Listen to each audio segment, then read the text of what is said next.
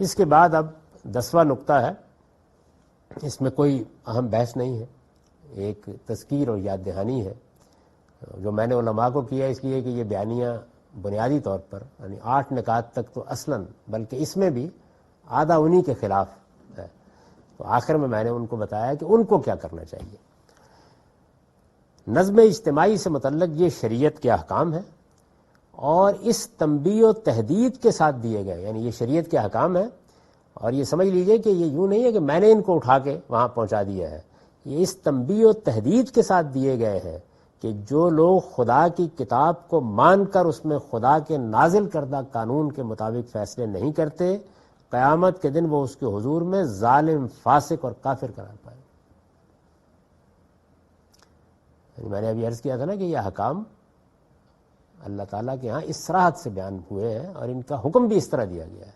چنانچہ قرآن مجید کی سورہ مائدہ میں 44 سے 47 آیات میں اس کو اسی طرح موضوع بنا کر اللہ تعالیٰ نے یہ کہا، من لم یحکم بما انزل اللہ فاولئک هم الکافرون فاولئک هم الفاسقون، اللہ کے ہاں یعنی خدا کی بارگاہ میں ان احکام کی یہ اہمیت ہے، تو اس وجہ سے حکمرانوں کو ان پر عمل کرنا ہے اور مجھے ان کو ان پر عمل کی تلقین کرنی ہے اور معاشرے میں ان کا شعور پیدا کرنا ہے، اس لیے کہ یہ میرے مسلمان ہونے کا لازمی نتیجہ ہے۔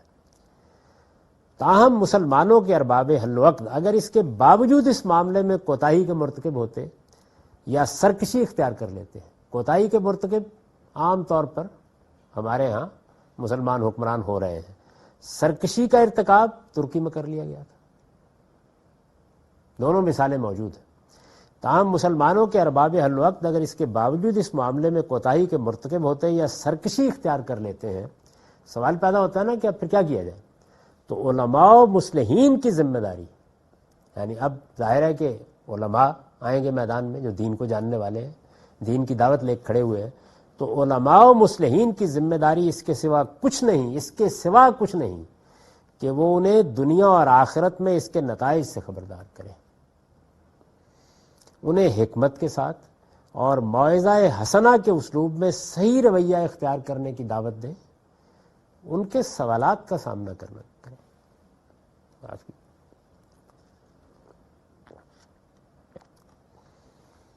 تاہم مسلمانوں کے ارباب حل و عقد اگر اس کے باوجود اس معاملے میں کوتاہی کے مرتکب ہوتے یا سرکشی اختیار کر لیتے ہیں تو علماء و مصلحین کی ذمہ داری اس کے سوا کچھ نہیں کہ وہ انہیں دنیا اور آخرت میں اس کے نتائج سے خبردار کریں، انہیں حکمت کے ساتھ اور موعظہ حسنہ یعنی اچھی نصیحت کے اسلوب میں صحیح رویہ اختیار کرنے کی دعوت دیں، ان کے سوالات کا سامنا کریں۔ یعنی یہ ہو سکتا ہے کہ حکمرانوں کی سمجھ میں ایک بات نہ آ رہی ہو اور زیادہ تر یہی ہے، یعنی جو کوتاہی کے مرتکب ہو رہے ہیں ان کے ہاں ایک پہلو یہ بھی ہے، ایک ذہنی مسئلہ بھی ہے، ان کے سوالات کا سامنا کریں، ان کے اشکالات دور کریں، یہ علماء کو کرنا ہے کام، اور دلائل کے ساتھ انہیں بتائیں کہ اللہ تعالیٰ نے اپنی شریعت کیوں دی ہے۔ اس وقت کیونکہ سیکولرزم مقابلے میں کھڑا ہے اور وہ شریعت کو نہیں تسلیم کرتا، یعنی وہاں مذہب کو تو مان لیا گیا ہے، مذہب کے اس حصے کی نفی ہوئی ہے، اور میں نے عرض کیا کہ وہ نفی تو صدیوں پہلے ہو چکی تھی، اور دلائل کے ساتھ انہیں بتائیں کہ اللہ نے اپنی شریعت کیوں دی ہے، اجتماعی زندگی کے ساتھ اس کا کیا تعلق ہے، اس میں احکام کی بنیاد کیا ہے، اور دور حاضر کا انسان اس کو سمجھنے میں دقت کیوں محسوس کرتا ہے۔ یعنی ان سوالوں کا مواجہہ کریں، ان کو ایڈریس کریں، ان کا جواب دیں، اس کی تفہیم و تبیین کے لیے ایسے اسالیب اختیار کریں جن سے اس کی حکمت، معنویت اور اس کے مقاصد ان پر واضح ہوں اور ان کے دل و دماغ پورے اطمینان کے ساتھ اسے قبول کرنے اور اس پر عمل پیرا ہونے کے لیے تیار ہو جائیں۔ یہ علماء کا کام ہے۔ قرآن میں ان کا منصب دعوت و انذار بتایا گیا ہے، یعنی اس میں بھی مجھے اپنی طرف سے کچھ نہیں کہنا، وہ آیت قرآن میں موجود ہے جو علماء کا منصب، ان کا کام، اس کام کا مخاطب کون ہے، سب کچھ طے کر دیتی ہے۔ اس بحث کو بھی آپ تفصیل سے قانون دعوت میں دیکھ سکتے ہیں۔ قرآن میں ان کا منصب دعوت و انذار بتایا گیا ہے، وہ اپنی قوم اور اس کے ارباب و حل وقت کے لیے داروغہ نہیں بنائے گئے، یعنی قرآن میں جو ان کو منصب دیا گیا وہ یہ منصب ہے، وہ اپنی قوم اور اس کے ارباب حل وقت کے لیے داروغہ نہیں بنائے گئے کہ اپنے پیروکاروں کے جتھے منظم کر کے بندوق کے زور پر انہیں شریعت کا پابند بنانے کی کوشش کریں۔ یہ ذمہ داری ان کو دی نہیں گئی، یہ حق ان کو نہیں دیا گیا۔ ان کے لیے اللہ تعالیٰ نے طے کر دیا ہے کہ وہ اپنی قوموں کو انذار کریں، خبردار کریں. اس کی میں نے تفصیل کر دی ہے کہ انہیں اس کے لیے کیا کام کرنے ہیں. ان کا کام ہی یہی ہے. یہ 10 نکات اس کے ساتھ پورے ہو جاتے ہیں. تلک عشرۃ کاملہ. اور اسی کے ساتھ جوابی بیانیے کی یہ بحث بھی پایہ تکمیل کو پہنچ جاتی ہے. اب آپ کچھ سوالات کرنا چاہیں تو کر سکتے ہیں. پہلا سوال یہ ہے کہ آپ نے روایتی بیانیاں بیان کرتے ہوئے جب آپ اس کا نقطہ نظر پیش کرتے تو آپ نے کچھ مثالیں دی تھیں کہ وہ کہاں سے اپنا سلاد کرتے ہیں. تو اس میں کچھ واقعات بیان کیے تھے حضرت عمر کے کہ حضرت عثمان کو تلقین کر رہے ہیں اور وہ جو ایک مرد اور عورت رات کو جا رہے تھے تو ان کو روکا یا ایک گھر کے اندر. تو ان واقعات کو آپ کہاں رکھتے ہیں اپنے جوابی بیان میں؟ وہی جس کو میں نے یہاں علماء کے لیے بیان کر دیا، یعنی تبلیغ تلقین. میں نے حکومت سے متعلق بھی بیان کیا ہے کہ وہ باقاعدہ ایک محکمہ قائم کرے گی امر بالمعروف اور نہی عن المنکر کا. تو یہ تبلیغ تلقین کا کام کیا جاتا ہے.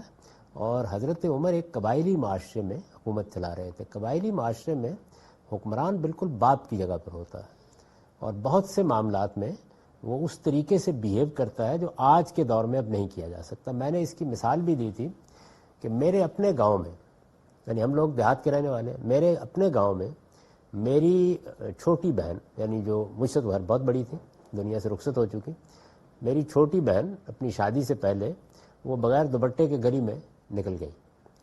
تو ہمارے برادری میں بھی نہیں، یعنی ایک دوسری برادری کے بزرگ گزر رہے تھے، انہوں نے اس کو تھپڑ مارا اور گھر جاؤ. اب یہ دیکھیے کہ اس وقت اگر میں یا آپ یہ حرکت کر ڈالیں تو آپ جانتے کیا ہوگا. اس کے نتیجے میں میری والدہ اپنے گھر کے دروازے پر نکلی، انہوں نے کہا کہ ایک اور مارے اس کو. یعنی یہ اس وقت کی معاشرت یہی تھی، یہی تہذیب تھی اس زمانے کی. تو اس وجہ سے اس طرح کے واقعات سے دین نہیں اخذ کیا کرتے.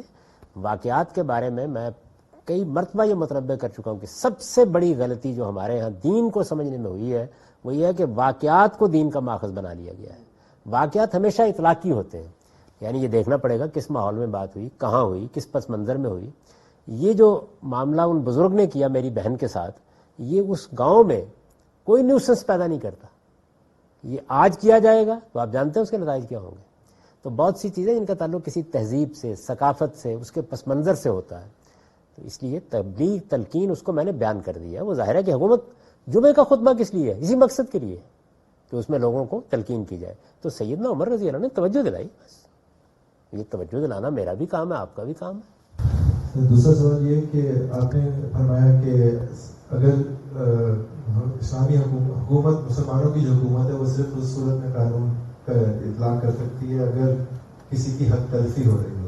تو اس کسی میں کیا اللہ کی حق تلفی بھی شامل ہے؟ کیا آپ کہیں گے وہ شرک ہو رہا ہے یا؟ اس پر تو میں پہلے تفصیل سے گفتگو کر چکا ہوں کہ اللہ تعالیٰ کے جو حقوق تلف کیے جاتے ہیں ان کے لیے اللہ ہی معاملہ کرتا ہے. یہ حق انہوں نے مجھے نہیں دیا، آپ کو نہیں دیا. اگر انہوں نے دیا ہے قرآن مجید میں کہیں تو بتایا جائے کہاں دیا ہے. یہ حق انہوں نے اپنے پاس رکھا ہے. اور یہ جو حق تلفی کا ازالہ کرنا ہے یا کسی کی جان مال آبرو کے خلاف زیادتی کو روکنا ہے، یہ حق حکومت کو کیوں دیا گیا ہے؟ اس لیے کہ جس کی حق تلفی ہوتی ہے وہ مظلوم ہے. اللہ مظلوم ہو جائیں گے، وہ تو کائنات کے بادشاہ ہیں، اس لیے ان کا کسی کو مدد کرنے کی ضرورت نہیں ہے، وہ اپنا معاملہ خود کرتے ہیں. ضمنی سوال یہ ہے کہ پھر ہم وہ ہاتھ کاٹنا یا زنا کی سزا دینے کو کس جگہ رکھیں گے؟ کیونکہ وہ تو پھر اللہ کی تلفی کی ہم سزا دے رہے ہیں. نہیں، اس میں اللہ کی نافرمانی کی ہے اللہ کے ساتھ معاہدہ کرنے کے بعد، اور اللہ نے حکم دے دیا ہے کہ جاؤ میری طرف سے یہ سزا نافذ کر دو. اللہ تعالیٰ یہ حکم بھی دے دیں تو کر دیں گے. اللہ نے مجھے حکم دیا ہے کہ یہاں تم میری طرف سے جا کے اس کو یہ سزا دے دو. تو گویا وہاں میری حیثیت ایک اعلیٰ اور جارحہ کی ہے. یہ بالکل ویسے ہی ہے کہ جیسے صحابہ کرام کو اللہ تعالیٰ نے اتمام حجت کے بعد سزا کے نفاذ کے لیے حکم دے دیا. تو اللہ کا حکم تو جب بھی آ جائے گا ٹھیک ہے. میں تو یہی مانگ رہا ہوں کہ وہ اللہ کا حکم بتا دیجیے کہاں ہے. اللہ تعالیٰ نے اگر کسی جگہ یہ حکم دے دیا ہے کہ جاؤ میری پوری شریعت کو لوگوں پر نافذ کر دو، تو بس بات ختم ہو گئی. یعنی میں تو اس کے بعد زبان کھولنا بھی ایمان کے منافی سمجھتا ہوں. یہی تو میں کہہ رہا ہوں کہ ایسا نہیں ہے. جہاں دے دیا ہے حکم وہ واضح ہے. زکوٰۃ کے بارے میں آپ نے فرمایا کہ یہ نظم اجتماعی بھی دے سکتی ہے، اور اگر خود دستبردار ہو جاتی ہے اس سے تو اب اس پہ ضروری نہیں ہے اگر وہ مستغنی ہے اس سے. تو پھر تو زکوٰۃ مجھ سے ساکت ہو جانی چاہیے نا. جس مقصد کے لیے زکوٰۃ لی جانی تھی مجھ سے حکومت نے لینی تھی وہ مقصد باقی نہیں رہا, تو اب میں کیوں انفرادی طور پہ کام کروں؟ یہ ایسا نہیں ہے. ہمارے ہاں یہ بڑی دلچسپ صورت ہے. یہی فرق ہوتا ہے یعنی خدا کی بات میں اور انسانوں کی بات میں. زکوٰۃ اللہ کا حق ہے. اللہ تعالیٰ نے کہا کہ میں نے تم سے معاشرے کے لیے یہ میں نے مانگا ہے, تو میرے بندے ہو مجھے دو. اب مجھے دو تو اللہ تعالیٰ کو تو نہیں دیا جائے گا, تو فرمایا کہ یہ اب ادھر دے دو. تو اس وجہ سے وہ اللہ ہی کا حق ہے. جب وہ لوگ لینے کے لیے تیار نہیں ہیں تو اللہ کا حق ساکت نہیں ہوا, مجھے انفرادی طور پر بھی دینی ہے. یہی وجہ ہے کہ زکوٰۃ ہر حال میں لازم رہی ہے. اور آپ اگر غور کریں تو میزان میں اس کو قانون سیاست میں زیر بحث نہیں لایا. قانون سیاست میں اس کا صرف وہ پہلو زیر بحث ہے جس کا تعلق ریاست سے ہے. یہ عبادات میں زیر بحث ہے. یعنی ہمارے ہاں زکوٰۃ عبادات میں شامل ہے, اللہ کا حق ہے. اس اللہ کے حق کو اب فرمانا تھا نا. یہ یاد رہے کہ میں نے اس پہ لکھا ہے کہ جیسے قدیم زمانے میں لوگ اپنے معبودوں کے سامنے بھیٹ پیش کرتے تھے جا کے, یعنی ان کے پاؤں میں جا کے کھانا رکھ دیتے تھے, پیش کرتے تھے. تو سوال یہ ہے کہ معبود کھائے گا, اور یہاں یہ ہے کہ سوال یہ ہے کہ اللہ کھائیں گے. تو اللہ تعالیٰ نے کہا ہے کہ یہ جو میرے پاؤں میں آ کے تم نے اپنی زکوٰۃ رکھی ہے میرے ہی پاؤں میں رکھنی ہے, اب یہ فلاں کو دے دو جا کے. تو حکومت کہا کہ یہاں سے قائم ہوا ہے تو اس لیے مجھے نکالنی ہے ہر حال میں. اس صورت میں کیا کروں گا؟ حکومت نے نہیں لی, میں انفرادی طور پر دے دوں. تو اس لیے یہ اس سے ساکت نہیں ہوتی. ایک سوال اور پیدا ہوتا ہے. آپ نے فرمایا تھا کہ جو احکامات فرض سے متعلق ہیں اس پر کسی کو اختیار نہیں ہے کہ وہ اس پہ سوال کرے, دخل اندازی کرے. لیکن جب کوئی مسلمان جرم کرتا ہے تو عدالت ابھی دیکھے گی یہ مسلمان ہے اور کیا یہ اسلام پر قائم ہے, تو وہ اس کی زندگی کے داخلی امور میں دخل انداز ہو جائے گی. وہ دیکھے گی کیا معاملات اسلام کے مطابق کرتا تھا, اس کو شروع تھا. ایک لحاظ سے تو اب یہاں پر حکومت فرد کے ذاتی مذہبی معاملات میں دخیل ہو رہی ہے. جی ہاں, تمام معاملات میں ساری حکومتیں دخیل ہوتی ہیں جیسے ہی آدمی جرم کر دیتا ہے.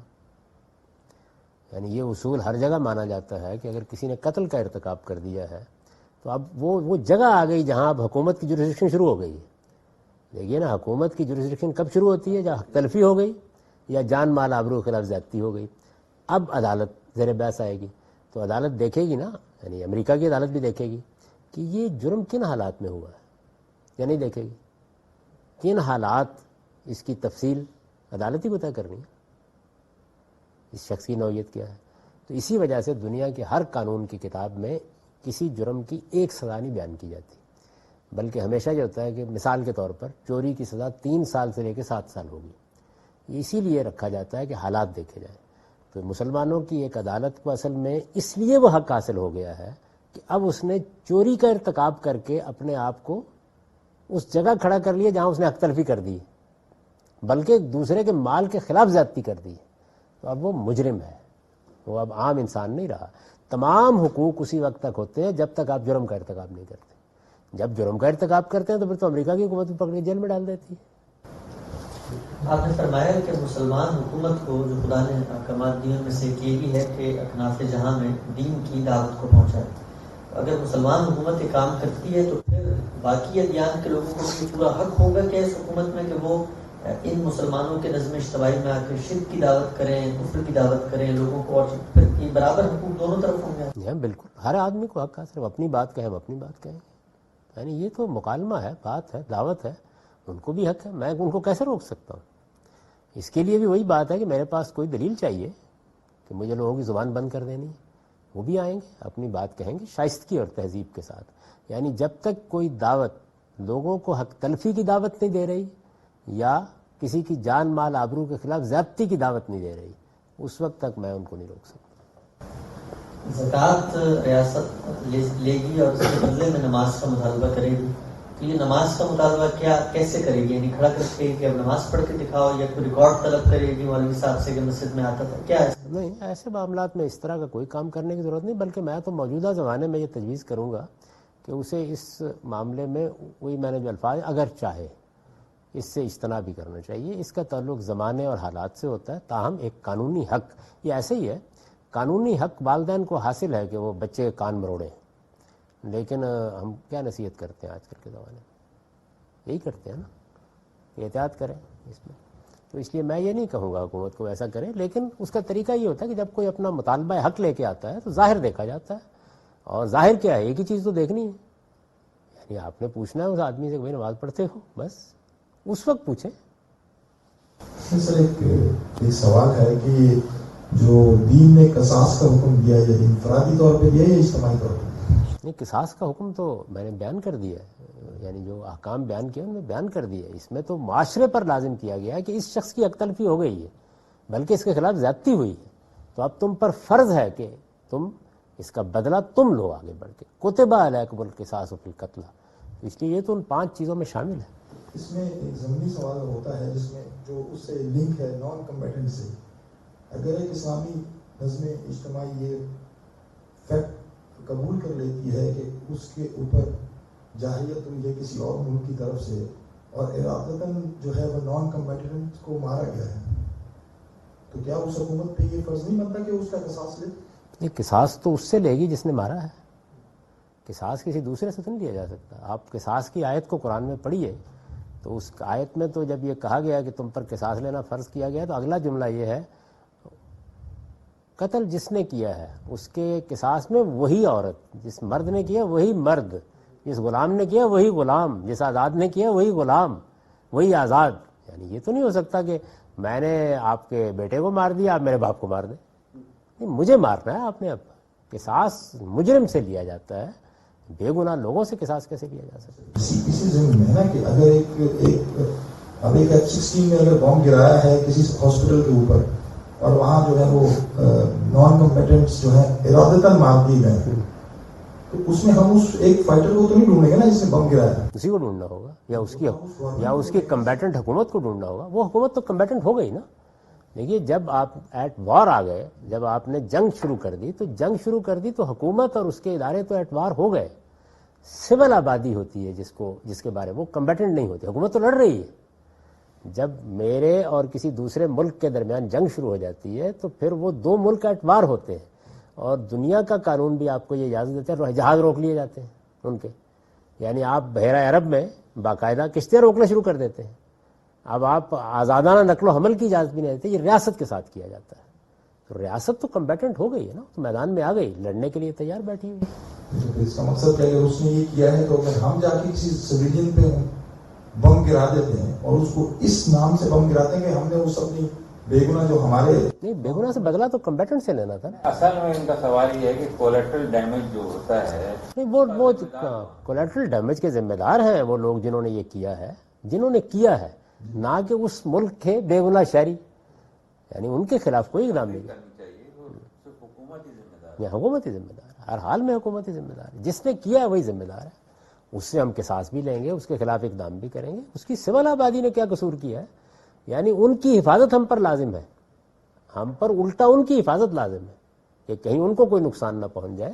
یہ جو کولیٹرل ڈیمیج ہوتا ہے، یہ تو اصل میں یہ مانا جاتا ہے کہ اگر کسی جگہ آپ کے لیے ناگزیر ہو گیا، مثال کے طور پر فوجی اڈے جو ہیں وہ آپ نے آبادی میں جا کے بنا دیے، تو اس میں بعض اوقات ناگزیر طور پر کسی کو نقصان، لیکن لوگ معذرت کرتے ہیں۔ ابھی امریکہ سے یہ غلطی ہوئی تھی، باقاعدہ اسٹیٹ کی سطح پہ معذرت کی گئی۔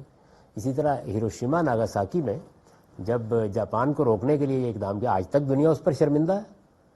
1965 اور 78 میں پاکستان انڈیا نے یہ کام نہیں کیا، سول آبادی کچھ نہیں کیا جائے۔ اچھا، ان آرٹیکلس کے جواب میں جو آپ نے لکھے قومی سطح پہ یہ شائع ہوئے، کم و بیش 100 کے قریب جوابات اس پر دیے ہیں۔ یہ بتائیں کہ یہ جو جوابات آپ کے سامنے آئے ہیں، یقیناً آپ نے وہ پڑھے بھی ہیں، اس میں کسی ایک نقطے پہ آپ کو یہ اندازہ ہوا کہ کوئی ایسی چیز ہے جس پر آپ کو دوبارہ سے غور کرنا چاہیے، سوچنا چاہیے، اور اب کیا آپ کی توقع ہے کہ مستقبل میں جو آپ نے جوابی بیان یہ سوال تو بہت قدیم ہے، اس پہ کیا کوئی پیش رفت ہو سکتی ہے علماء کی طرف سے، کوئی آپ اور ان کے درمیان کوئی صلح ہو سکتی ہے اس بات کو مقابلہ؟ آپ نے تو گن رکھے ہیں، میں نے گنے تو نہیں، لیکن اس میں کوئی شک نہیں کہ بڑی تعداد میں یہ آئے ہیں، اوپر سے لے کے نیچے تک، یعنی بڑے سے بڑے عالم سے لے کے نیچے تک کسی ایک آدمی کا ایک مضمون، بلکہ ایک پیراگراف بھی نہیں ہے جس میں میری بات سمجھ کر تنقید کی گئی۔ یعنی باقی تو معاملات الگ ہے نا، صحیح کیا ہے غلط کیا ہے۔ سب سے پہلا معاملہ یہ ہوتا ہے کہ ایک شخص کی رائے پر آپ تنقید کرنے جا رہے ہیں، آپ سمجھے کتنا ہے اس کی بات کو، یہ پہلا مرحلہ ہے۔ میں کیا کہہ رہا ہوں پہلے اس کو سمجھ لیجئے نا، یہ میں نے یہی سمجھانے کی کوشش کی ہے. اس کو سمجھ کر اب آپ بتائیے کیا غلطی ہے. پھر تنقید کیا ہوتی؟ پھر تنقید یہ ہوتی کہ پہلے نقطے میں جو انہوں نے یہ کہا ہے کہ قرآن مجید نے ہم کو اس کا پابند نہیں کیا، یہاں قرآن نے پابند کیا ہوا ہے. دوسرے نقطے میں انہوں نے کہا ہے تو یہاں اللہ تعالیٰ نے اس کی ہدایت دی ہوئی ہے. آپ مجھے ان 100 کے 100 میں سے کوئی نکال کے دکھا دیجیے. یعنی اس میں جو باتیں اس میں بیان کر دی گئی ہیں وہ دہرا دی گئی ہیں. تو میرے ساتھ تو ابھی تک یہی حادثہ ہے کہ میں اس تنقید کا منتظر ہوں جس میں زیر بحث یہ نہیں کہ وہ اچھی ہے یا بری ہے. پہلی بات یہ ہے کہ وہ تنقید مجھ پر ہونی چاہیے، مجھ پر تو کی نہیں گئی. میری بات ہی نہیں ہے وہ جس پر تنقید ہو رہی ہے.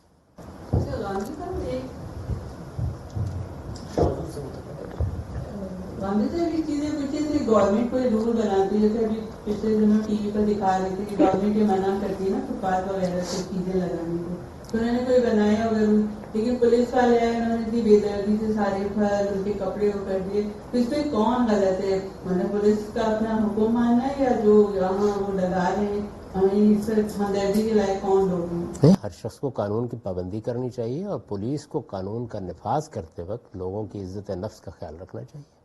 یہی دنیا بھر میں مانا جاتا ہے. قانون کی خلاف ورزی کے لیے یہ دلیل نہیں دی جا سکتی کہ میں بہت بے چارہ ہوں. قانون کی ہر حال میں پابندی ہونی چاہیے. اشتہادی سوال ہے، امریکہ سے آیا تو اس حوالے سے پوچھنا چاہ رہا ہوں کہ اگر کوئی غیر مسلم حکومت یہ بات فیصلہ کر دے کہ اس کی جو ریاست میں جو مسجدیں ہیں اس میں جو خطبات دیے جاتے ہیں، کیونکہ آپ کو پتہ ہے کہ کافی مسائل ان میں بھی ہو رہے ہیں، اور وہ اپنے لحاظ سے مسلمانوں کے بیان کے مطابق کوئی خطبہ جاری کرے اور یہ کہے کہ ان کے علاوہ نہیں پڑھا جا سکتا مساجد میں خطبہ، تو آپ کے خیال میں کہ وہ صحیح کام ہوگا یا ہمارے دین میں وہ مداخلت کریں گے؟ اور ایک عام مسلمان کے لحاظ سے کیا وہ پھر وہ جمعہ وہی جمعہ بن جائے گا جس کا حکم قرآن نے مجھے جا کے دے سکے؟ دیکھیے، جمعے کو مسلمان حکومت کی ذمہ داری قرار دیا گیا ہے. اصل میں غیر مسلم ملکوں میں جمعہ ہونا ہی نہیں چاہیے. تو اگر کوئی حکومت یہ کہے کہ تمہارے مذہب میں تو اس کی اجازت ہی نہیں ہے اس لیے بند کرو، تو یہ تو وہ کہہ سکتے ہیں، لیکن یہ کہ خطبہ تو نہیں وہ دینے کے لیے آئیں گے. ہونا نہیں چاہیے تھا. اصل میں یہ بڑی غلطی ہے. اس سے بہت فساد پیدا ہوا ہے. دوسرے مسلمان ملکوں میں، یعنی ہمارے ملکوں میں فساد پیدا ہو گیا ہے، دوسری جگہوں پر جا کر اصل میں وہی فرقہ بندیاں، وہی ایک دوسرے کے اوپر تان و تشنیع، اسی طرح کی مسجدیں. تو اس سے اسلام کا بڑا برا تعارف ہوا ہے. مسجدیں بننی چاہیے تھیں اور مسجدیں بنا کے آپ نماز پڑھیں 5 وقت کی. آپ باقی دنوں میں مجالس منعقد کریں، اپنی بات بیان کریں، لیکن جمعے کا تعلق ریاست سے ہے. یعنی اس کا کیا تعلق ہے اس سے؟ اس کی صرف ایک ہی صورت تھی، اور وہ صورت یہ تھی کہ جب مسلمان دوسرے ملکوں میں گئے تو وہاں پہلے وہ اپنی کمیونٹی کی تنظیم کرتے، یعنی باقاعدہ ایک تنظیم اپنی کمیونٹی کر دیتے، تو پھر یہ اجتہاد کیا جا سکتا تھا کہ اب اس کمیونٹی کی تنظیم کے ذمہ داروں کے مطابق یہ سارا نظام چلایا جائے اگر وہ جمعے کو قائم کرنا چاہتے تھے. یہ ہے کہ دیوبندیوں نے اپنا جمعہ قائم کر لیا، بریلویوں نے اپنا جمعہ قائم کر لیا، فساد ہے. ایک سمپل سا سوال ہے قمری صاحب، اور میری اپنی انڈرسٹینڈنگ کے لیے کہ زکوٰۃ کا جو بہترین استعمال کیسے کیا جا سکتا ہے، کیونکہ اپنی انڈرسٹینڈنگ ہے کچھ اس کو کسی کو مدد کر کے اس کو دے دیتے ہیں، کوئی مسجد بنا رہا ہے، اس طرح کی چیزیں کر رہے ہیں، تو اس کا بہترین استعمال کیا ہے؟ نہیں، دیکھیے بات یہ ہے کہ اگر تو حکومت زکوٰۃ لے لیتی ہے تو پھر تو میرے اور آپ کے اختیار ختم ہو گیا، پھر تو انہی کو دی جائے گی. وہ نہیں لیتے، اب مجھے اپنے طور پر کرنا ہے. تو وہ بڑا سادہ اصول ہے کہ آپ کے جو قریبی اعزاء یا آپ کے متعلقین ہیں، آپ کے دفتر میں کام کرتے ہیں، آپ کے ہمسائے میں ہیں، وہ پہلے حقدار ہیں. یہ آپ کی ذمہ داری ہے کہ آپ ان کی ضروریات کو پورا کریں. اس سے اگر بچ رہتا ہے کچھ تو پھر آپ دینی خدمت بھی کر سکتے ہیں، کوئی اور کام بھی کر سکتے ہیں، لیکن اس ترتیب کو نہیں توڑا جا سکتا.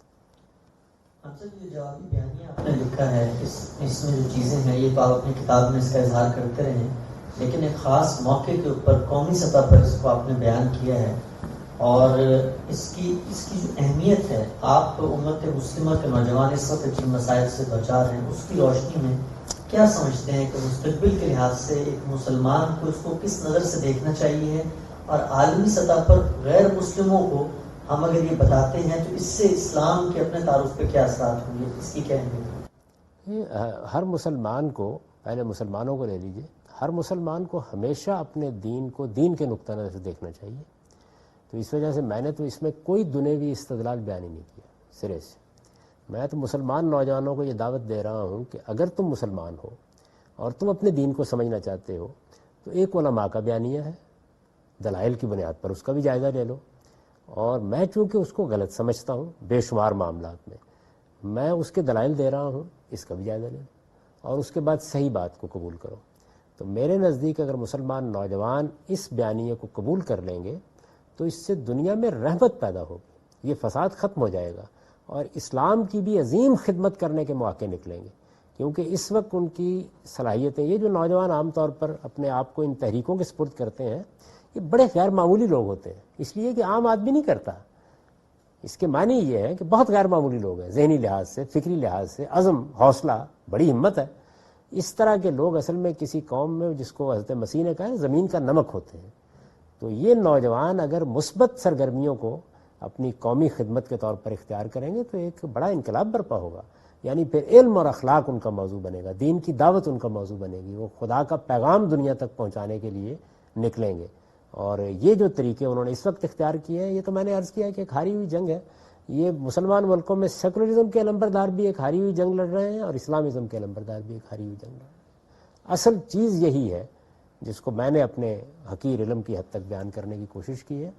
اس کی اہمیت ابھی لوگوں کو معلوم نہیں ہے. جیسے جیسے وہ اس کو سمجھیں گے، غور کریں گے، اس کے پس منظر میں جو کام ہم نے کیا ہے اس کو دیکھیں گے تو ان کو معلوم ہوگا کہ یہ اصل میں اس چیز کا جواب دے دیا گیا ہے جس کو علامہ اقبال نے ریکنسٹرکشن میں ایک سوال کے طور پر اٹھایا تھا کہ اس نئے دور میں اب ہمارے دین کو ایک ریکنسٹرکشن، ریفارمیشن، دین کو نہیں بلکہ مذہبی فکر کو، دین تو خدا کا دین ہے، وہ ریکنسٹرکشن، ریفارمیشن کس اصول پر ہوگی؟